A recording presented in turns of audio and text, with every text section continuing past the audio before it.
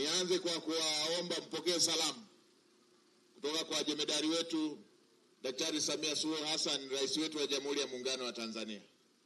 Nilimuaga kwamba nitakuwa Kilindi, akanituma niwaletee salamu za upendo, salamu za pongezi.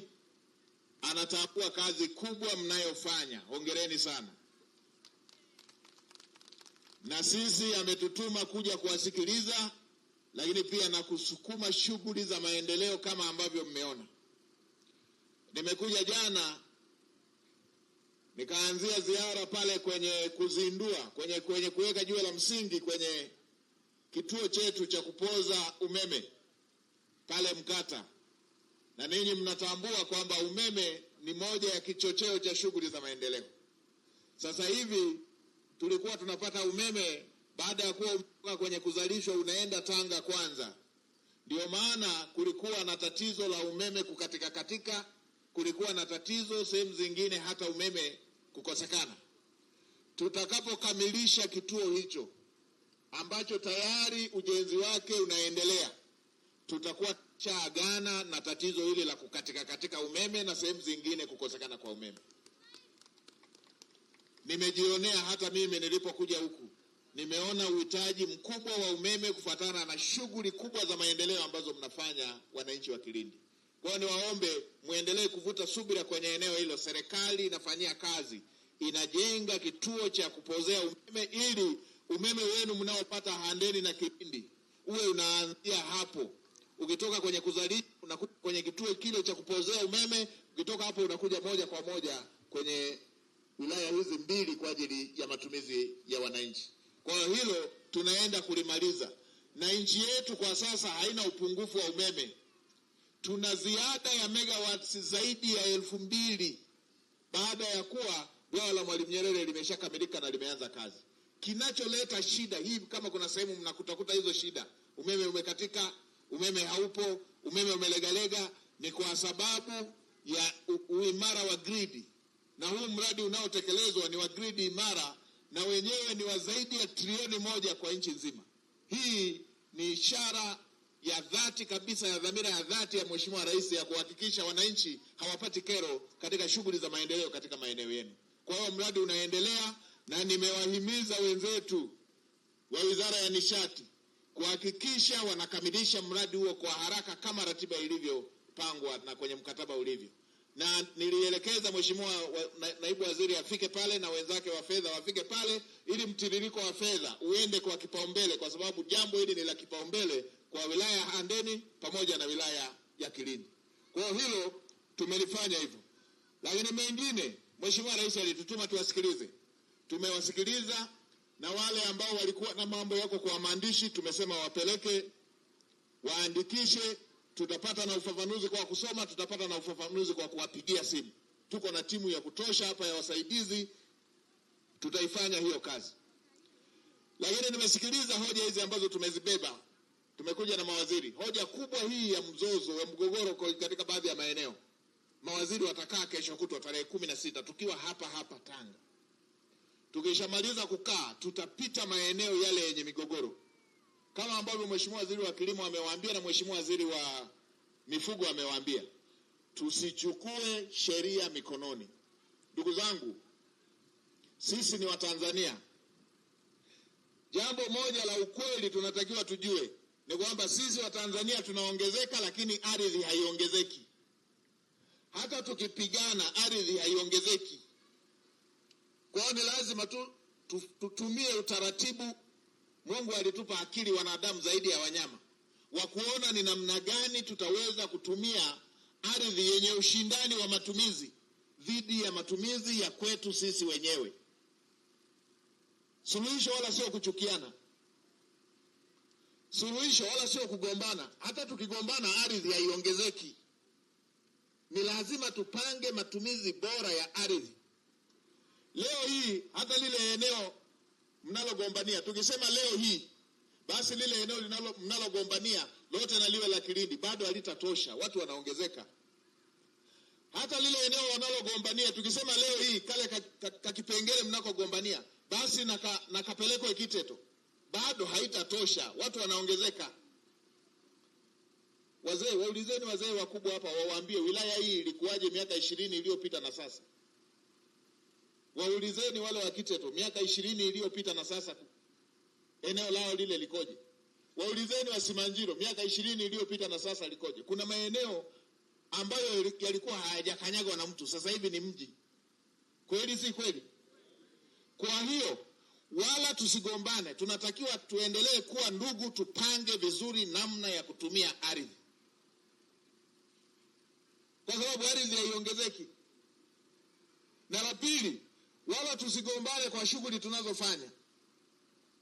Ninyi watu wa mpakani, mpaka kati ya Kiteto na Dodoma, Kongwa huko, kati ya Kiteto na Kilindi, kati ya Kilindi na Simanjiro, Kilindi na Kiteto, Kilindi na ninyi maeneo haya mikoa hii hapa. Mnataka kutengeneza uadui kati yenu kwa jambo ambalo lenyewe halibadiliki. Hata mkichukiana mkafika wapi, ardhi haiongezeki. Na hapa tunapoambiwa, hivi tunavyoambiwa sasa hivi na wataalamu wetu wa mipango, wanatuambia ifikapo 2050 idadi ya Watanzania inaweza ikawa imeshakuwa mara 2 ya hawa waliopo sasa hivi. Ardhi itaendelea kuwa hiyo hiyo. Mtachukiana mpaka wapi? Wala tusifikishane kila Mtanzania mkulima anapomuona mfugaji aone ameonana na adui yake. Hiyo sio nchi tulioachiwa. Wala tusifikishane kila mkulima akimuona mfugaji aone ameona adui yake. Kila mfugaji akiona mkulima aone ameona adui yake. Tusifike huko. Na ukizingatia Tanzania yetu hii, kwanza huwezi ukatenga mkulima na mfugaji. Kwa sababu kwa sehemu kubwa ukiondoa jamii chache sana, sehemu kubwa ya wafugaji wetu ndio wakulima. Na sehemu kubwa ya wakulima wetu ndio wafugaji.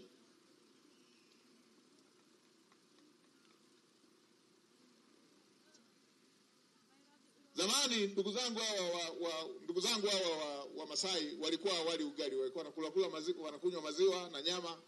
Walipoona Wanyiramba tunawazidi kula nyama, na wenyewe siku hizo wanakula ugali. Ndio. Kwa maana hiyo tunatakiwa tupange kuishi kwa mazingira ya sasa na yanayokuja. Lazima tujipange kuishi kwa mazingira ya sasa na yanayokuja. Suluhisho lake sio kupigana. Sasa mimi nimetokana na jamii ya kifugaji. Niwaambie na wafugaji wenzangu, kuna maeneo tunakosea. Zamani ningali mdogo, wakati tunachunga, ilikuwa inatokea mifugo inakuteleza inaenda kwenye shamba la mtu. Ilikuwa ikienda kwenye shamba la mtu, hata kama mwenye shamba hajaona, wewe mwenye mifugo unaenda kumwambia vijana wakati wanachunga wamelisha shamba lako. Mnachukua na ndugu 2 watatu, wazee wenye heshima hapo 2 watatu, mnaenda kukagua, mnafidiana, jioni mnakaa kupiga nyama. Nilitaka kusema kupiga na yale maji mengine kwa sababu tunawekea mwezi mtukufu, nimeacha. Tulikuwa tunapatana pale, hata polisi hatuendi. Ndio. Sasa hivi umeanza kutokea utaratibu wa kiburi. Mtu analisha kwa kiburi. Hiyo ni kinyume cha sheria. Hicho ni kinyume cha sheria. Tusifanye hivyo. Hii nchi ni yetu sote. Wafugaji ni nchi yao, wakulima ni nchi yao, na lazima tujifunze kuishi kufuatana na mazingira yaliyopo. Na wala hata tusibaguane. Kwa mujibu wa katiba yetu, Mtanzania anaruhusiwa kwenda kuishi popote. Ndio katiba yetu inavyosema. Ili mradi tu ufuate sheria. Leo hii tukianza kuangaliana kwamba wewe umekujaje, hili ni eneo letu, hatutakuwa na nchi. Kuna baadhi ya mikoa mkianzisha utaratibu huo watakosa hata sehemu ya kuchimba kaburi. Tusiende huko. Tuendeni taratibu zetu tulizoweka, mipango yetu tuliyoweka izingatiwe. Lakini pia tuzingatie sheria, wala tusichukue sheria mikononi. Na mimi nimewaelekeza viongozi wenzangu serikalini, nimeelekeza na vyombo vya dola vichukue hatua kali kwa wale wanaofanya kiburi. Ndio. Sasa mfugaji lazima uheshimu shughuli ya mwenzako. Mkulima lazima uheshimu shughuli ya mwenzako. Na maeneo mengine yanayoendana na hivyo. Ndio maana serikali tunaweka jitihada kuhakikisha maji kwa ajili ya mifugo ipo, maeneo kwa ajili ya malisho ipo, maeneo kwa ajili ya umwagiliaji yawepo, skimu za umwagiliaji ziwepo. Tumetoka kusikia hapa kutoka kwa waziri wa kilimo. Haya yote ni kutaka watu wapate faida, tija kubwa kutokana na maeneo yanayoendelea kupungua kila siku. Kwa hiyo niwaombe tena, msigombane kuhusu mipaka. Tumieni wazee wetu, na sisi serikalini tutatumia wataalamu, tutakuja tuyamalize hayo maeneo yote. Hayo yanatuhusu sisi wa Tanzania. Hebu fikirieni mpaka wa kijiji na kijiji mpaka watu wauane. Nyinyi si wote wa Tanzania? Na mna wazee kwenye eneo lenu na mna viongozi.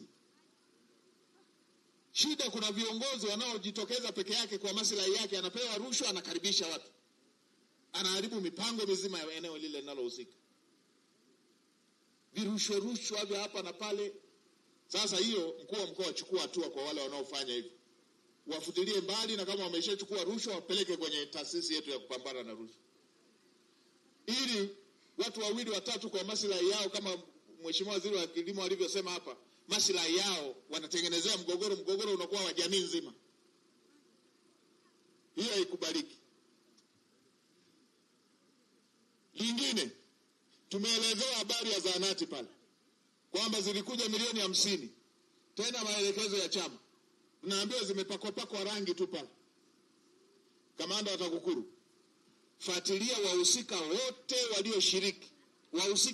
walioshiriki, hata kama walishahama hawako hapa, kule waliko, chunguza, fungulia mashtaka, na wakishabainika wanahatia wafukuzwe.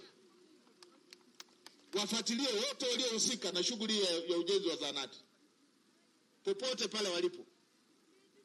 Hatuwezi tukawa na utaratibu, watu wana uhitaji wa zahanati, fedha imeshakuja ipakwe rangi. Nimetoka pale tena, nimetoa maelekezo hayo. Fedha ilikuja ya majengo mengi, ukatumika utaratibu, gharama sijui zimeendaje, imeenda hapa na hapa. Nimesema na kwenyewe pafanyike uchunguzi, na nipate taarifa ya uchunguzi, na hata hapa ifuatiliwe hiyo fedha imetumikaje, hiyo milioni 50 ifuatiliwe imetumikaje. Nimefika pale jana Handeni, naambiwa kwenye VETA, wakati Tanga hapa kuna viwanda vitatu vya simenti imeenda kununuliwa Mbeya,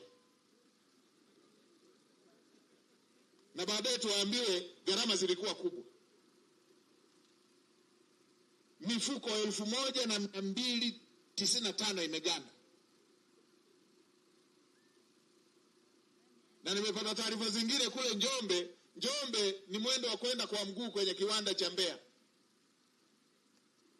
na kwenyewe simenti imeenda kununuliwa Dar es Salaam.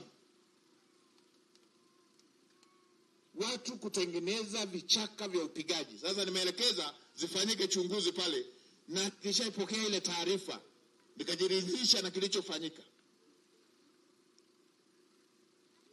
Hapo watakutana na fiekeo la chuma. Tunataka watu wanufaike na rasilimali. Tunataka jitihada anazofanya Mheshimiwa Rais watu wazione, zisinemeshe wachache. Kwa hiyo haya tumeyachukua na tunayafanyia kazi. Nipongeze jitihada za mradi huu. Mheshimiwa Waziri ametangulia kwenye mradi mwingine, Mheshimiwa Waziri wa Maji. Nipongeze kwa jitihada za mradi huu. Ndani ya mwezi mmoja wakamilishe sehemu iliyosalia, na wazingatie mahitaji ya sekta mtambuka kama ambavyo tumetoka kuelezewa. Kwenye mifugo ipate maji, kwenye kilimo wakulima wapate maji, na matumizi ya majumbani hivyo, na nyongeza uvuvi kama ambavyo